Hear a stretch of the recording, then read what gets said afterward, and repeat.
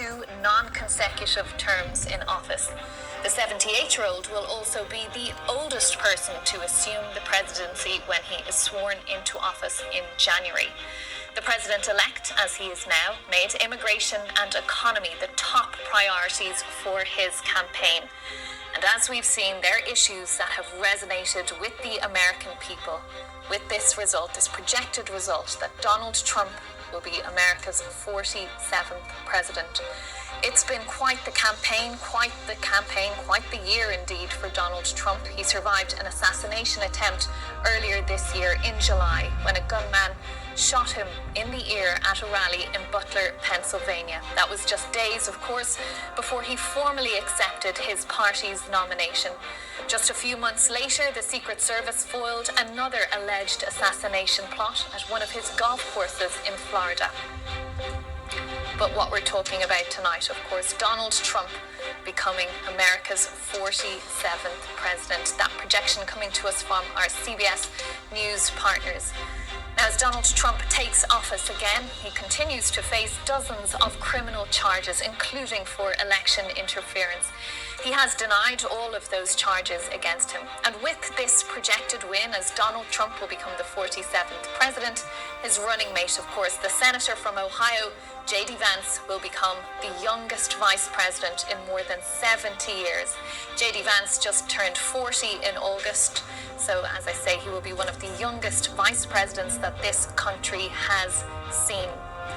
That election projection result just coming to us, a race that has been so tight. All of the polls had this neck and neck, but of course that margin of error that we've been reporting on, 2, 3, 4% at times. And it has turned out that this has been quite a victory for Donald Trump.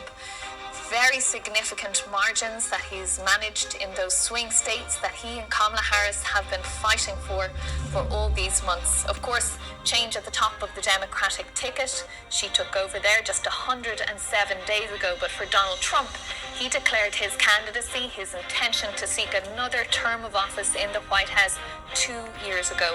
And he has made it his business to get to the Oval Office, to get to sit behind that resolute desk once more. And he will do that in January. On the 20th of January, the inauguration will take place, and Donald Trump will become America's 47th president. We've been watching those swing states all night. Georgia projected for him, North Carolina projected for him, Pennsylvania projected for him. He was awaiting just 4 votes, and the state that gave those electoral college votes to him and took him over the top, the state of Wisconsin. What's your credit card debt balance? Yes. If it's $10,000 or more, You here are 3 listen. easy solutions you can start implementing today. President And number 3 is an absolute Trump game amekuwa changer. Number 1, presida the first wa step to tackling your makumi credit card debt ine is na understanding saba how much debt you actually hapa have and how mustete long it could follow you ya around for if you're United making States of payments America. or have fallen behind.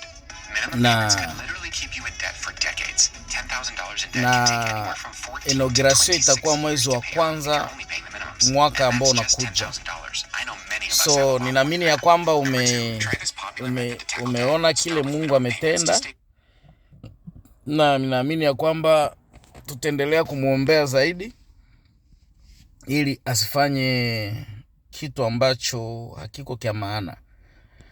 Tunamtakia amani na salama pale kwenye hapo anakuwa kuongoza, na Mungu amufanyizie. We wish him a peaceful governor.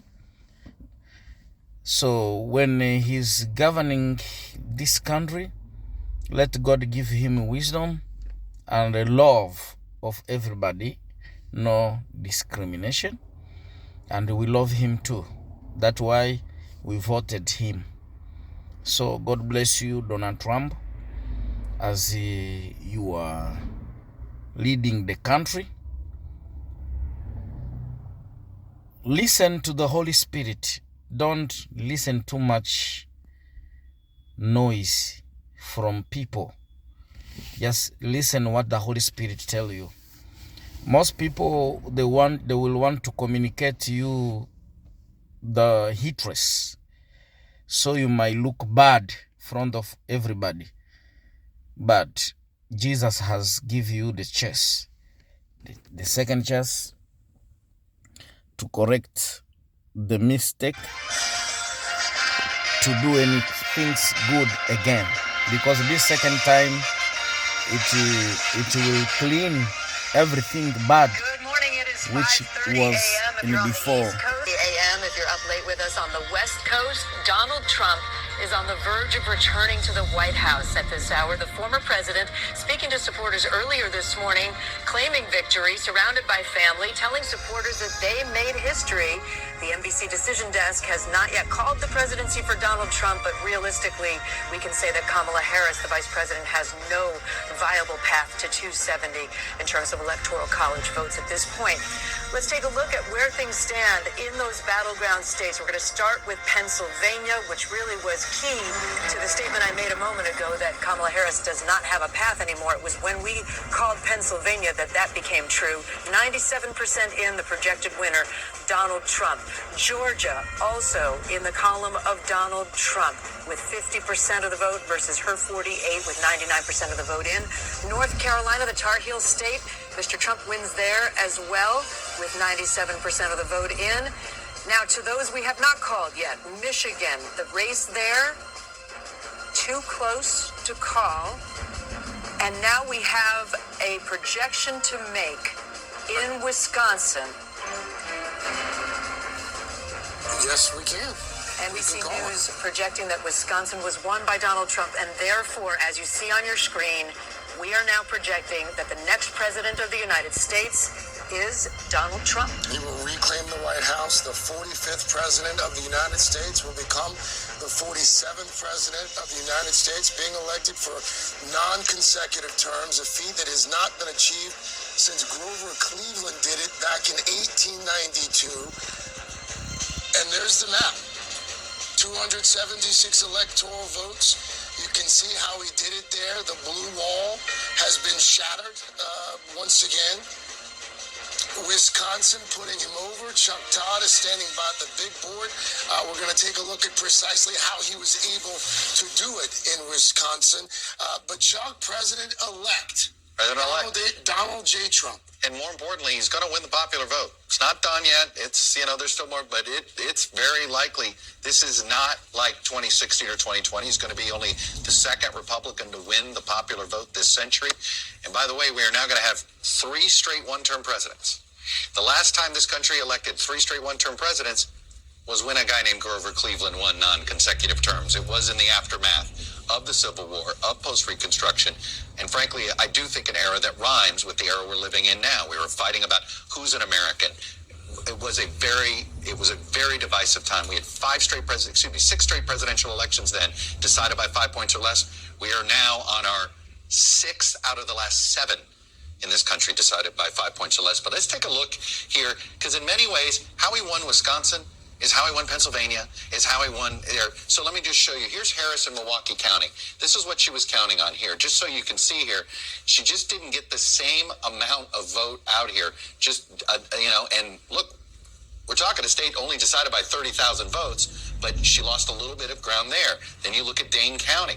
She lost just a little bit of ground there to him, and it was just a little bit everywhere. And then you go and take a look at a place like Brown County, and Trump gained a little bit in all of his red counties. And you go along the lake here, and he gained a little bit. In fact, what were the Harris kule votes kote counting on kwenye kuko blue njo kwa Kamala Harris na kwenye kuko red njo kwa Trump. So Trump anawina musapursa. Among younger voters, particularly men, clearly created the combination here because it is similar across the board. The college towns were not as democratic. The urban areas, turnout wasn't as much. And even in the suburbs, the turnout for Democrats was good, not great. And they needed great, especially if they were going to continue to lose the amount of Hispanic voters that they ended up losing tonight. The 45th president of the United States, now the 47th president-elect of the United States. Kelly O'Donnell's with us. Ryan Noble's with us as well.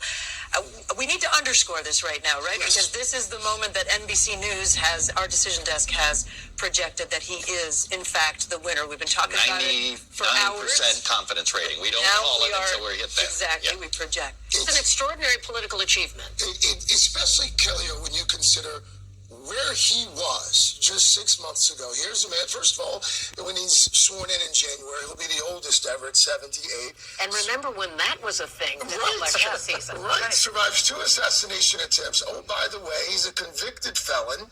And here he is risen from the ashes yet again. The moment in Butler, Pennsylvania, where he was bloodied and rose and raised his fist and said, fight, fight, fight, might be the metaphor of this entire political experience for him. He has come back in a way that, remember, he had a busy primary because his own party didn't think they were going to stick with him. The damage done by January 6th has fallen by the wayside.